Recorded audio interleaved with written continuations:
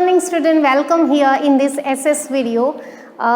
Last topic of the last unit we are here at the end of the syllabus, that unit number 9, the freedom movement of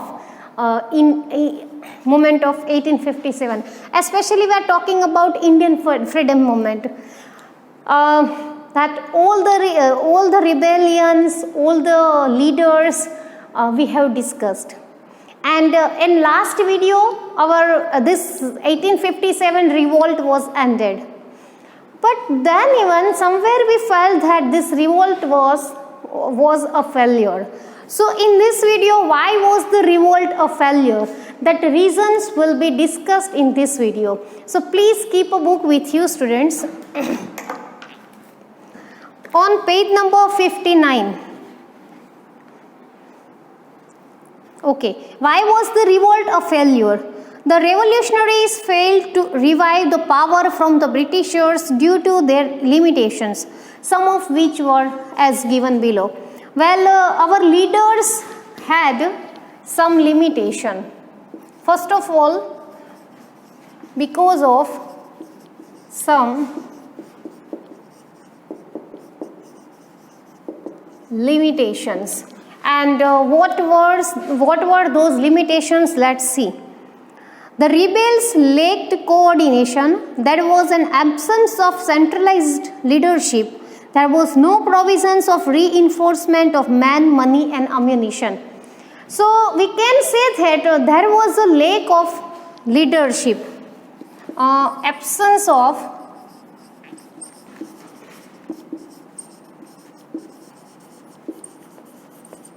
leadership. No area for man, money and ammunition. So there is a lack of leadership. If there was a leader, then people were not there to obey the command of that leader. So absence of leadership was the root for a failure of this revolt. The second one is the outbreak of the revolt happened way before the pre-planned date. As I told you, student, that Mangal Pandey with that Kartus event, that cartridge made of that pig of meat of pig and cow. So that was the event where this 1850 revolt was started. It was not planned. The revolt started earlier than planned date. So that was also the another reason. Outbreak of the revolt.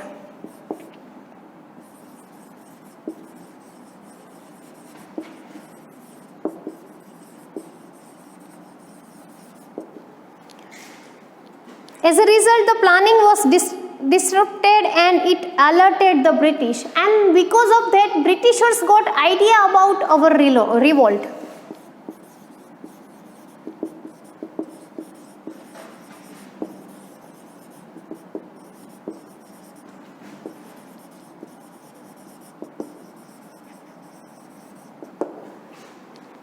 Number 3 is the revolt remained concentrated largely in north area. Okay, that was the another thing. Revolt was focused on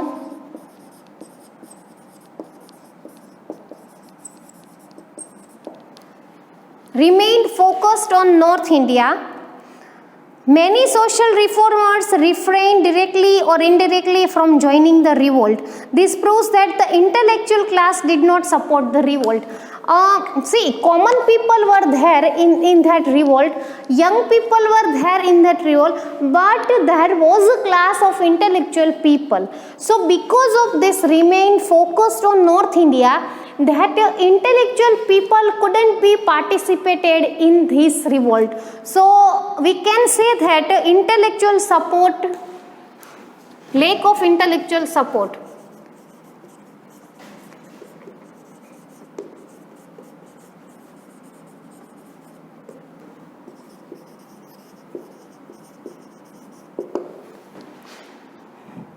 India is a country known for its regional diversity in language, food habits, dressing, etc.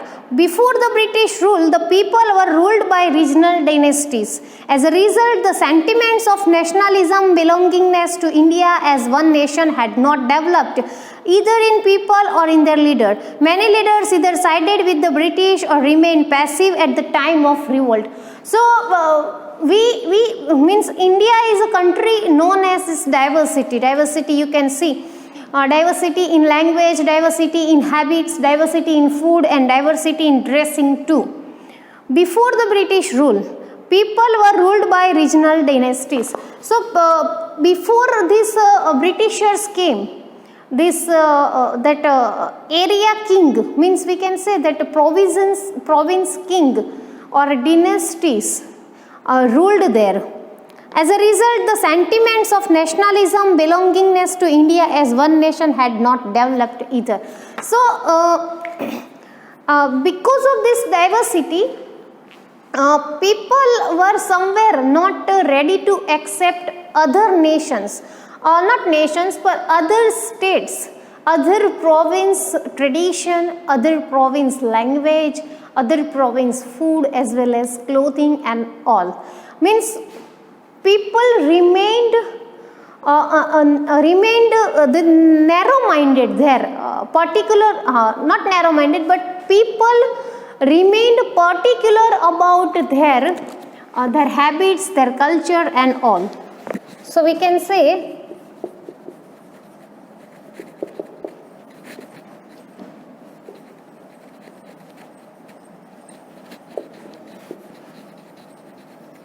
diversity of language, food, clothing, or you can say dressing. Even in culture and all.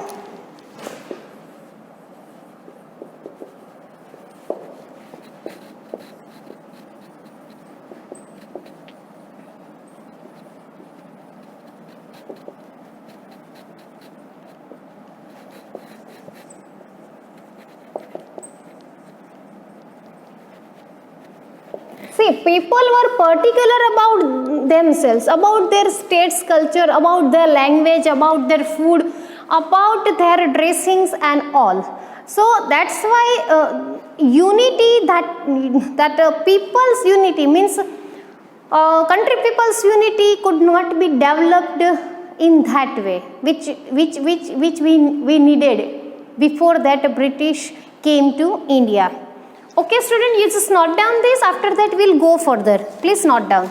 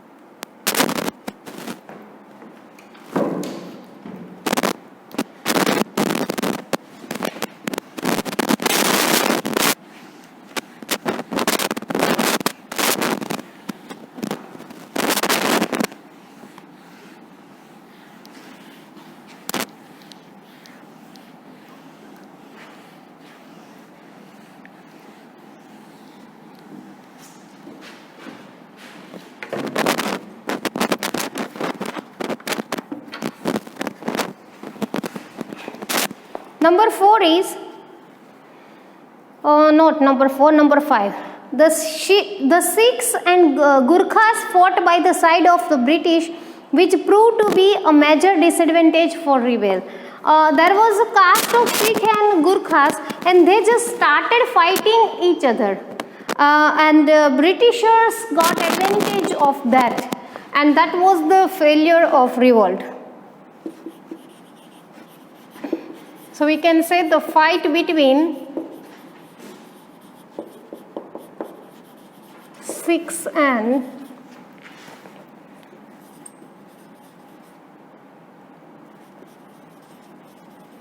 Gurkhas. The Britisher had a superior army, weapons and military commander compared to the rebels. Okay, so another reason for failure of this revolt, we can say Britisher had more weapon power. We Indian rebellions didn't have that kind of weapon power, that kind of money power, and of course we didn't have unity too. So Britishers were more powerful comparatively, that we can say.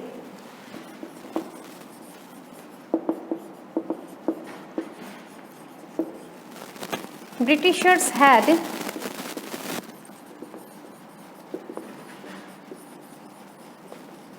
superior army, weapons, soldiers, military commanders, all.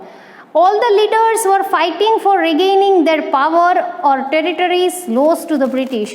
They were not fighting for the freedom of their nation. That was the lack of unity I was talking about. See, the problem is that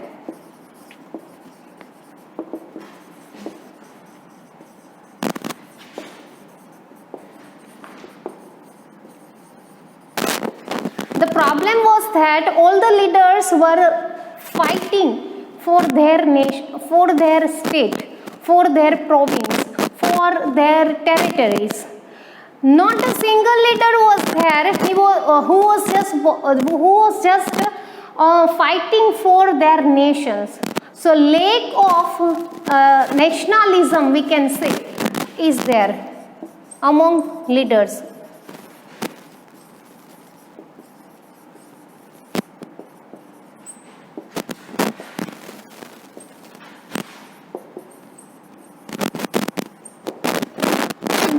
Ruined the rebel, and they were not fighting for the freedom of their nations.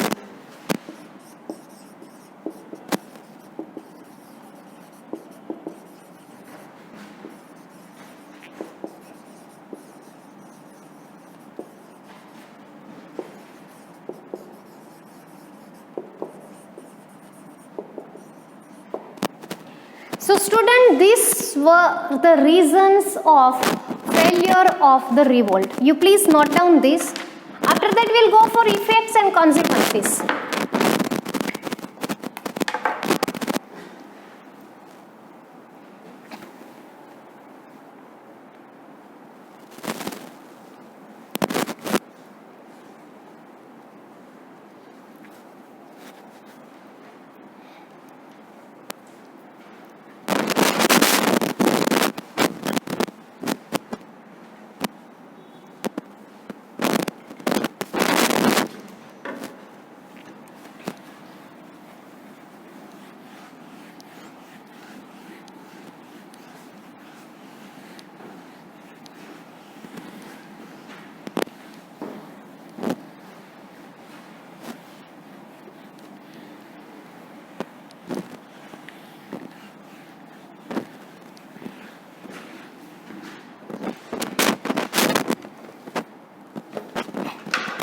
Now, effects and consequences.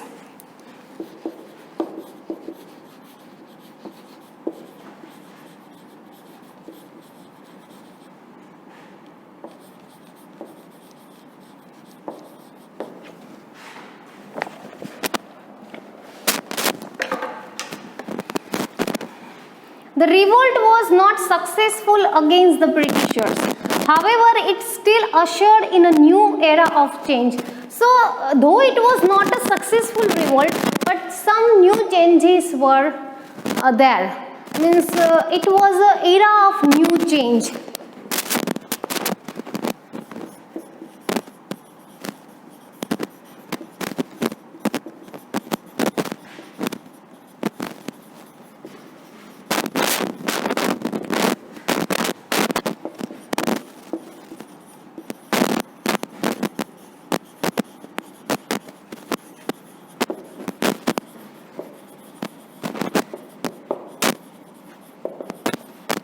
new era of changes had been started.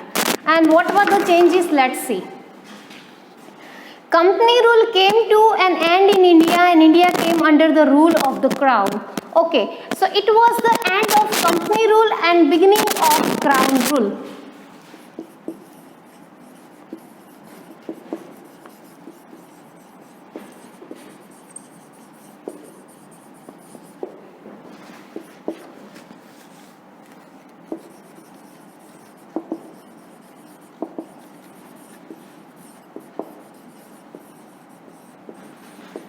Crown rule means rule of king and their territories.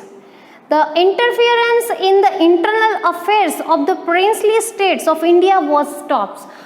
Before this revolt, princely states were interfering in other states. So those interference of princely states were stopped.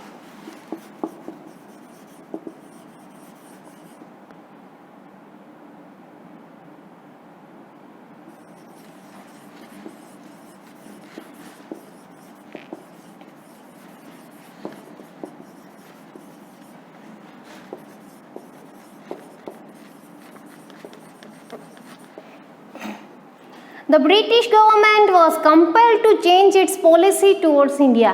The earlier policy we know that the Britishers were only interested in exploitation of Indian.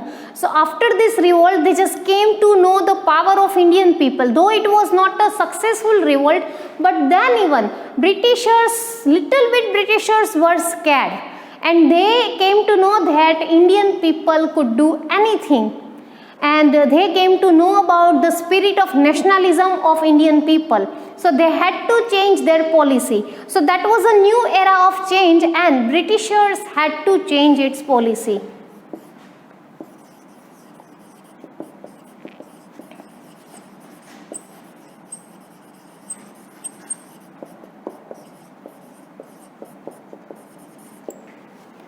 The salary, allowance, facilities given to the Indian soldiers, sepoys were increased. See, that was an event where these Indian soldiers were not given enough salary. Means while that British soldiers were given high salary. So after this revolt, after this, the salary, allowance and facilities to Indian soldier were increased. So we can say Indian soldier salary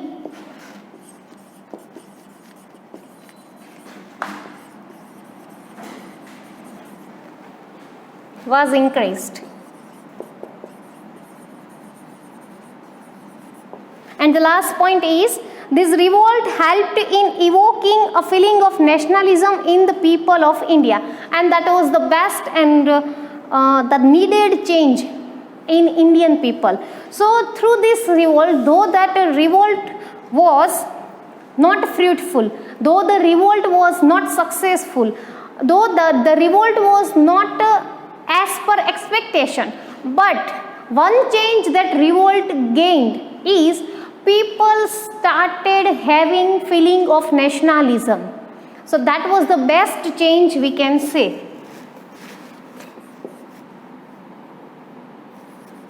A feeling of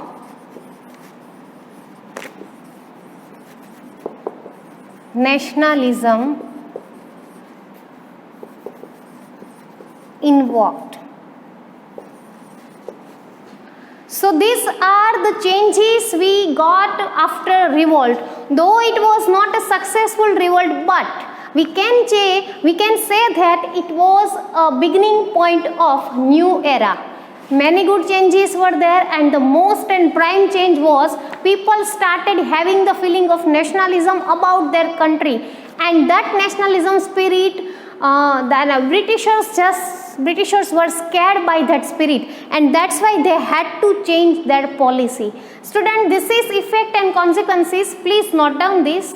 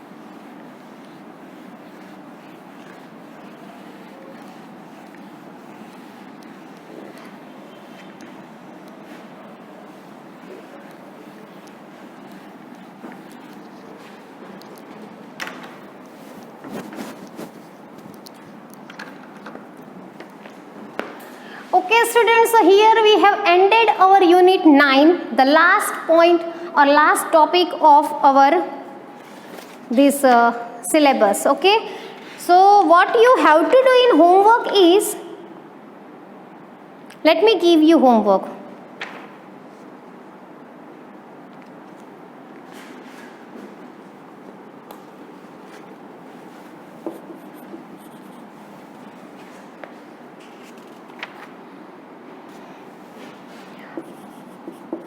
Exercise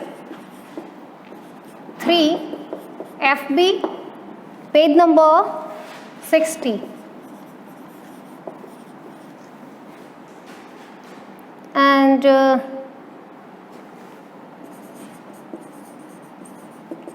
exercise 1, 3 questions, page number 60. You have to write these question answers and FB in your that book in homework. Well, from next video we'll start our revision, and in revision I'll teach you exam oriented question answers and exam oriented short note and all. Okay, so be regular from next video. Keep posting your homework, and all the best for the exam students. Take care. Bye.